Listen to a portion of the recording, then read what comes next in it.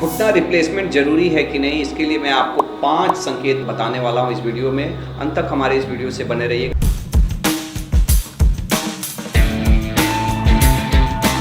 मैं doctor Rameshwar, orthopaedics and joint replacement surgeon. आप सभी को मालूम है कि मैं फाउंडर हूं सेव द नी मिशंस का। मैं पिछले 20 साल से एज ए ऑर्थोपेडिक सर्जन काम कर रहा हूं। 20,000 से ज़्यादा लोगों के हड्डी का ऑपरेशंस किया है, कितने लोगों के जॉइंट रिप्लेसमेंट किए हैं, घुटने बदले हैं। लेकिन आप सबको मालूम है कि सेव द नी मिशंस के अंतर्गत मेरा मकसद है कि मुझे पूरे दुनिया में 10 लाख लोगों के घुटने बिना ऑपरेशंस के, बिना दवाइयों के, साइड इफ़ेक्ट्स के बचाने हैं और 3 लाख से ज़्यादा लोग हमारे साथ ऑनलाइन जुड़ के अपने घुटने की तकलीफ से मुक्ति पा पाएँ। और इसके कारण से बहुत सारे लोग जिनको घुटने बदलने के लिए डॉक्टर बताते हैं, क्योंकि एक ऐसा आदमी जो खुद घुटना बदलता हो, उससे बेहतर कौन बता सकता है कि कब घुटना बचाना चाहिए, कब आपको बदलना सबसे ज़रूरी है। और इसके साथ साथ एक ऐसा इंसान जो घुटना बदलता भी हो और इसलिए फेमस हो कि कैसे आप घुटने को बचा सकते हैं, तो आप समझ सकते हैं। मैं आपको 5 संकेत बताने वाला हूं कि अगर ऐसा चीज़ें हो रहा है ना, तो आपको ऑपरेशन करना पड़ेगा। एक्चुअली हर घुटने के दर्द वाले मरीजों को ऑपरेशन करने की ज़रूरत नहीं होती है। अगर आपके घुटने के दर्द आपकी जीवन शैली में बदलाव से, वज़न कम करना, सीढ़ी चढ़ना उतरना बंद कर देना, कमोड यूज करना या फिर एक्सरसाइज करना, चाहे थोड़ा मोड़ा दर्द की दवाइयाँ खा लेने से कम हो जाता है, शुरुआती स्टेज में आपकी अर्थराइटिस है, गठिया है, या वज़न कम करने से, थोड़ा आपका वज़न ज़्यादा है, वज़न कम करने से आपको फ़ायदा हो जा रहा है, तो इसका मतलब कि आपका घुटना बहुत नहीं ख़राब है, अभी भी बचाया जा सकता है और ऐसे घुटने को बचाना चाहिए। कायदे अनुसार आजकल पूरा हर जगह अगर देखेंगे ना, तो एक सिस्टम हो गया है कि घुटना बचाने वाला नहीं, घुटना इरेडिकेशन प्रोग्राम चल रहा है कि सभी लोग घुटना कट करके और ज्वाइंट बदल रहे हैं। तो मैं घुटना बदलना ना लास्ट उपाय है। एक तरह से देखा जाए ना, तो एक अंदर में आपके ज्वाइंट को कट करके ज्वाइंट को बदल देते हैं कि इंटरनल एम्पुटेशन कर रहे हैं, इंटरनल पैर काटने जैसा है।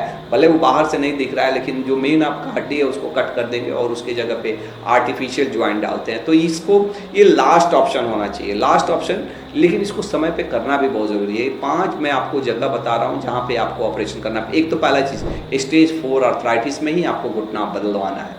ऐसा जब आपके ज्वाइंट स्पेस दोनों साइड में, अंदर साइड में, बाहर साइड में बिल्कुल ख़त्म हो गया है, दोनों किसिंग जो बोलते हैं कि किसिंग बोन हो गए हैं, और वैसे स्टेज में ही, ऐसा ज़रूरी नहीं है कि हर स्टेज 4 वाले को ऑपरेशन करना पड़ता है, लेकिन स्टेज 4 वाले के लिए ही जॉइंट रिप्लेसमेंट है, स्टेज 3 वाले के लिए नहीं है, स्टेज 2 वाले के लिए नहीं है। हो सकता है कि स्टेज 2 वाले को बहुत कष्ट हो रहा है, आप उसको नहीं ज्वाइंट, बहुत सारे दूसरे कारण से भी घुटने में दर्द रहता है। ऐसे बहुत सारी स्टडी हुई हैं कि लोगों ने स्टेज 2, क्योंकि घुटने में बहुत दर्द था, लोगों ने ऑपरेशन किया, बाद में पता चला कि ऑपरेशन कर दिए फिर भी उसका दर्द ठीक नहीं हुआ, क्योंकि दर्द का कारण उसका घुटना था ही नहीं, कमर में कहीं दिक्कत था, कहीं दूसरे जगह प्रॉब्लम था।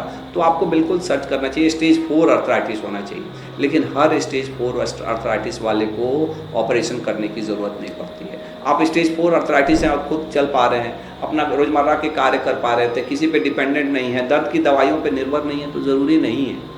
दूसरा चीज़, जब ऑपरेशन करने की, जब आपको रोज़मर्रा के कार्य आपसे खुद से ना हो पाए, जब आपको बाथरूम जाने के लिए किसी आदमी की ज़रूरत पड़े, टॉयलेट जाने के लिए, बिछावन पर से उठने के लिए, माने उस तरह से आपका कष्ट है, तो इसका मतलब आपके घुटने खराब हो गए हैं, आपको ऑपरेशंस के बारे में सोचना चाहिए।